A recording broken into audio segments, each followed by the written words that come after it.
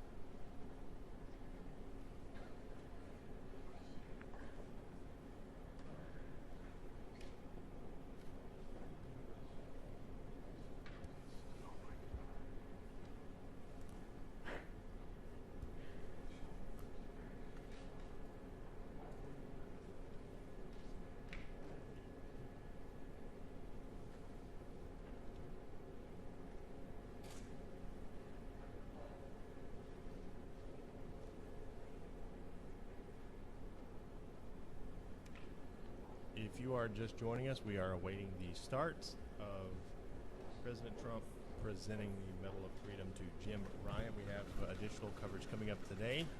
We have the press briefing just announced, 1 p.m. Eastern, and President Trump speaks from the Rose Garden today, 3 p.m. Eastern, on lowering blood prices. Here is the President of the United States. Thank you very much. Thank you. Thank you very much.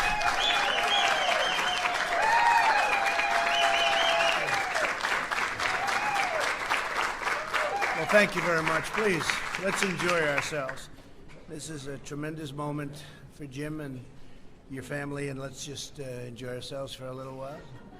We'll ask Jim to say a few words. I want to hear what he has to say about his great talent, his great running ability. I find athletics to be extraordinary. I love it. Thank you for being here, and today is my privilege to present our nation's highest civilian honor, the Presidential Medal of Freedom, to a legendary athlete and a legendary runner, Olympian and true American patriot, former Congressman Jim Ryan. Jim, congratulations. Fantastic.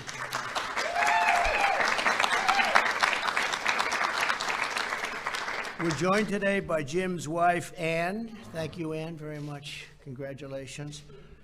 And various family members, but his son, where is Ned? Ned, thank you very much. Catherine, thank you very much. And I'm going to ask you to come up and say a few words to both of you, so you better be prepared. You got a lot of news back there. See, I'm being nice today. I don't use the other word in front of the word news. But Jim's journey started with a prayer. After being cut from his church baseball team, I can't believe that. That must have been a bad day, huh? And his junior high basketball team, they probably made a mistake. He asked God for guidance. Jim wanted to know God's plan for him, and he only had one request, that it was something to do with sports. You like sports. That prayer was answered when Jim joined the high school track team. He joined it and had no experience whatsoever. As he said, he didn't really know what he was doing, and he didn't know what he was doing there. In his very first mile race, however, he came in second place to the reigning state champion and a real talented person. Do you ever see him around, by the way? He's still around? Okay, that's pretty good. He's still saying, what happened? But Jim's first time in running the mile was 4 minutes and 32.4 seconds, so that tells you there's something genetically that's pretty good, right? Because that doesn't happen. 4 minutes, 32.4 seconds, first time he ever ran the mile. That was the last time he ever came in second in a high school race, and after that, Jim was always first. The next year, Jim ran a 3:59 mile and became the first high school athlete in history to smash the 4-minute barrier. That summer, he also competed in the 1964 Tokyo Olympics as the youngest middle distance runner in the world, by quite a bit, actually. In Jim's senior year of high school, he ran against 3-time Olympic gold medal winner Pete Snell. He was good, wasn't he, huh? But that was a bad day for Pete. Before the event, Snell reportedly said that he didn't think Jim would really have much of a chance or be much of a factor. Jim soon proved him wrong. With 300 meters left in the race, Jim surged ahead of the pack and swept across the finish line in a fraction his time. What was your time? 3 minutes and 55.3 seconds. That's not bad, right? It was okay for me. Not bad. I don't know. What did Pete say? Was he gracious about it? Very gracious. Yeah. But he was a great runner. I mean, he was a great runner. This was also a stand in high school. It right now stands in high school as a record 35 years. It took 35 years to break that record. When ESPN ranked the greatest high school athletes, listen to this. This is incredible. When ESPN ranked the greatest high school athletes of all time, all sports, they listed Jim Ryan as number one. That's not bad for a guy who couldn't make his baseball team, right? That's really an amazing achievement. That's incredible. Jim continued his extraordinary athletic career at the University of Kansas. In 1966, he set his first world record in the mile at a time of 3 minutes and 51.3 seconds, becoming the first American to do so in more than 3 decades. After the race, a young fan ran up to him and asked for his autograph. That fan would soon become his future wife. That was a good autograph. That was Ann. Oh, you two are so lucky that happened, huh? I wonder where you'd be, I guess. That's fantastic. Great, Ann. In 1967, Jim ran an incredible 3.511 mile, which would stand as the world record mile for almost a decade. Jim still describes it as the easiest race he ever ran. Is that right? It was magic. Amazing. It was magic. To this day, it's the last time an American set the world record in the mile. So that was a while ago. What is the world record right now? So you're at 351. 343. 343 or so, huh? Okay. It's a long time, right? They've training and lots of other things, right? Well, yeah, some of the other things aren't so good. Ooh. We have breaking news now. This could be the big story today. Forget about it. That's great. But that is some long period of time that he held the record. In 1968, Jim proudly represented Team USA at the Mexico City Olympics and won the silver medal for the 1500. And he competed in 1972 at the Munich Olympics with great distinction. A few years later, Jim retired from running. He had been on the cover of Sports Illustrated 7 times, was ranked Sportsman of the Year in 1966, was inducted into the Kansas Sports Hall of Fame, and received the immortal nickname Master of the Mile. And he was. I remember it. I shouldn't tell you that, but I remember a lot of your races. They weren't even close, actually. In 1975, he founded the Jim Ryan running camps. For the past 45 years, Jim has helped teach thousands of young people to reach their fullest and best athletic potential. He has been a dedicated mentor to campers and shared in the critical importance of a Christian faith. He's very devoted to Christianity. In 1996, Jim was elected to the House of Representatives, and he went on to serve 5 terms in Congress. I wish we had him now.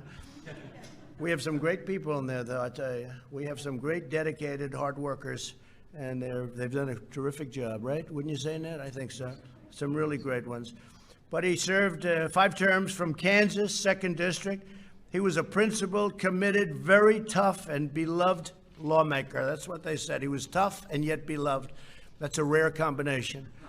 Jim has personified the greatness of our country throughout his life, whether he was running on a track race or whether he was doing anything there was, running an office or running for office. He was always the top person. People respected him more. I've heard it for a long time. I'd ask about him, and they'd say when he was in Washington, he was just a respected person. He's a giant of American athletics, a dedicated public servant, and a man of charity, generosity, and faith. He's a great man, actually.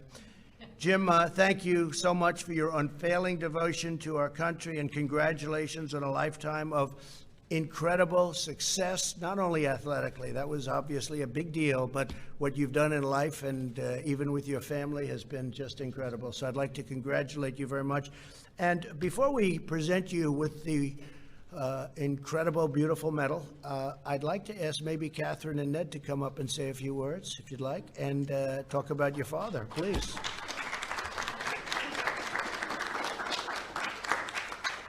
Well, thank you, first of all, for giving us a couple of minutes. Absolutely. Dad, thank you for being the man that you are. I know that today it's all about your accolades in the public eye, but you have been such an amazing dad and wife of more than 50 years to Mom, and just a man of character. And this is a man who loves the Lord with all his heart and has been such an amazing father to all of us. And so thank you, and proud to be your daughter. And Mr. President, thank you for having us here today. I want to leave you with my favorite verses from Numbers. It's, may the Lord bless you and keep you. May he make his face to shine upon you and give you peace. Thank you very much. Thank you. That's so nice. Thank you, Catherine. Mr. President, thank you. This means a great deal to me.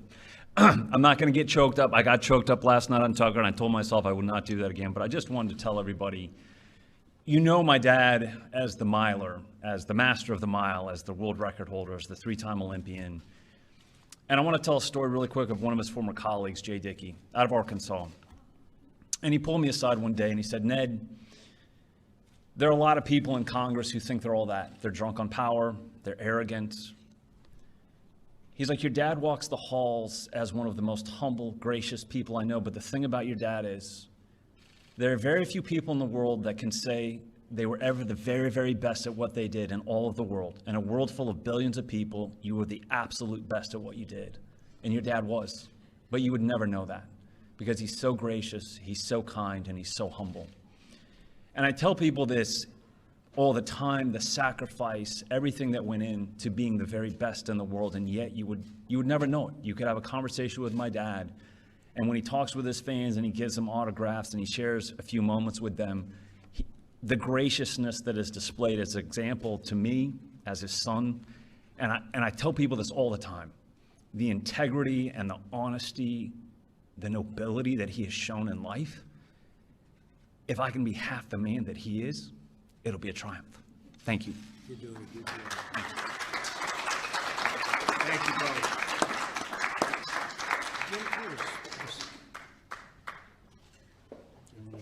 Read it out here.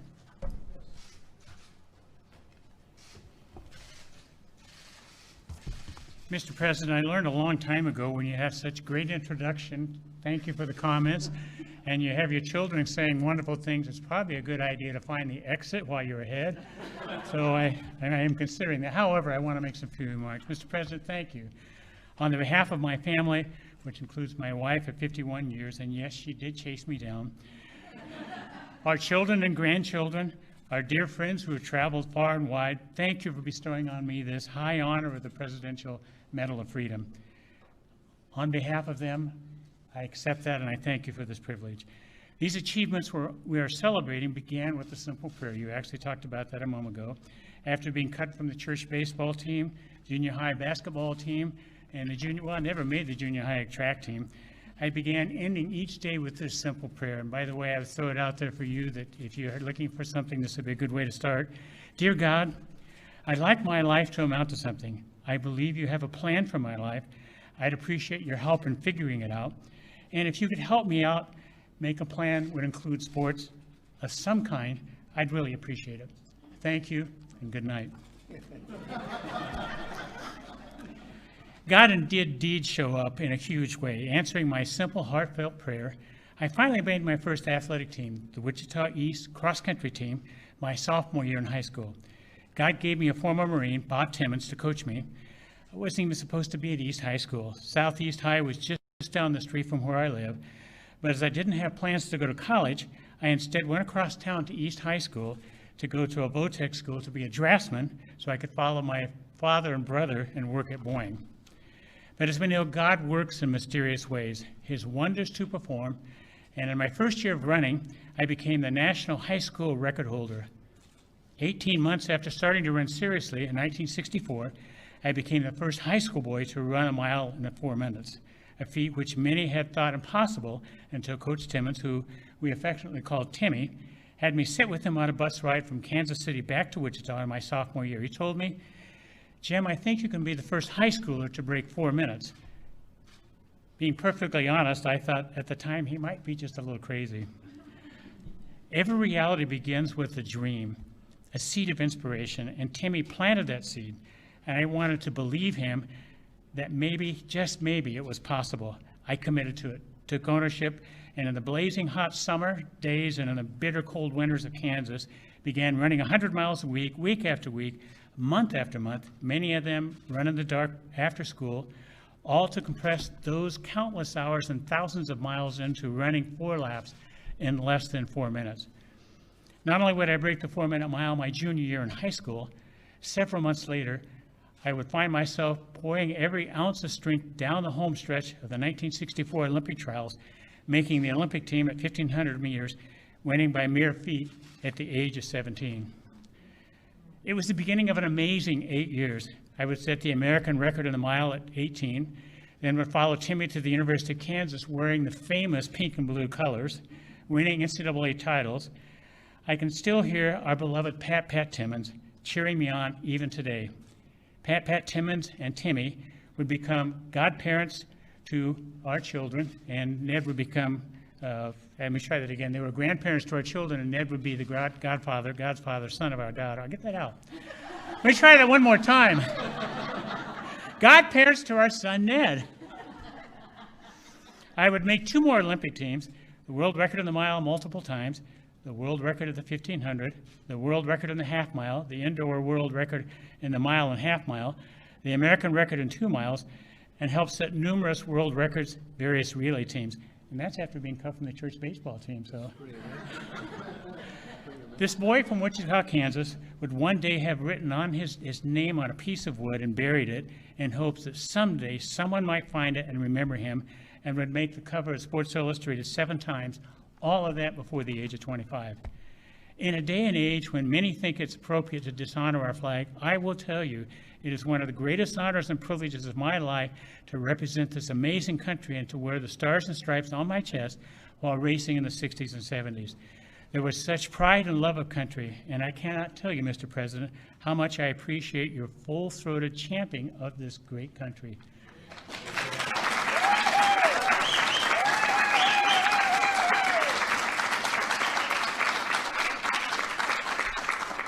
The accolades in my life have exceeded anything I could have imagined. And now, Mr. President, with the Medal of Freedom bestowed on me by truly one of the greatest Republican presidents is such a great honor. Mr. President, you have big dreams for America, ones that echo for me, my old coach. Instill a dream, what could be, and then pursue of everything you have. Your dream of keeping America and the American Republic great and then making her greater is an epic and noble pursuit. My wife, Ann, our daughter, Catherine, our son, Ned, and Becca, and our 4 grandchildren, along with our dear friends present today, join you in the pursuit of helping make this a reality. Mr. President, it may surprise you, time diminishes us all. I no longer run 4-minute miles. In fact, I'm not sure I can run a 4-minute half mile. And while the applause and cheers of men fade, nothing can take away from me those moments when I was young and full flight down the final backstretch, the wind in my face, wings on my feet, powering away from my opponents. There was a purity in those times when my mind overcame a tired body, and for those few glorious moments, I would slip the bonds of the physical and I was free. I had won, and I look back now, realizing my running career was a celebration. There's no doubt in my mind that we were all made for a purpose. I was made to run. I was also made to glorify God in all that I do. So in my words and in my actions, I celebrate that purpose and will do that always to His glory. What Ann and I cherish very much is having had the privilege of raising 4 beautiful children who contribute to our nation daily. In addition, we've been blessed with the opportunity to give back to the sport of running through the Jim Ryan running camps. We've had thousands of young runners attend the camp through the years, instilling in them this truth: God loves you and has a plan for your life. And then we challenge them with the work to become balanced human beings, to become physically, mentally, and spiritually fit. As I receive this medal and this credible honor, thank you, Mr. President, I will close by saying this: to God be the glory, great things He has done. This day, my life and all of these achievements, this is the Lord's doing, and it's marvelous in His eyes. Mr. President, thank you for your loving and serving this great Republican country. May God continue to bless you and your family with His peace. Thank you again for this great honor. Thank you very much. You're very welcome.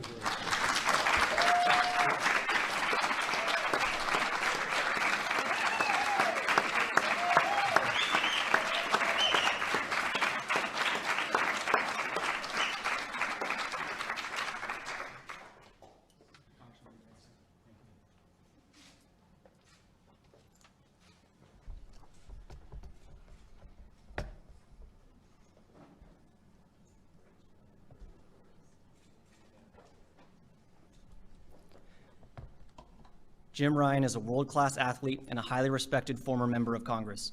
As one of the best middle-distance runners of all time, he is the last American to hold the world record in the mile run. He proudly represented the United States at the 1968 Summer Olympics, earning a silver medal in the 1,500-meter race. Following his success on the track, Mr. Ryan channeled his patriotism into a noble career in public service, representing the 2nd Congressional District of Kansas for more than a decade, distinguishing himself as a principled conservative. The United States proudly recognizes Jim Ryan for his meritorious contributions to our nation.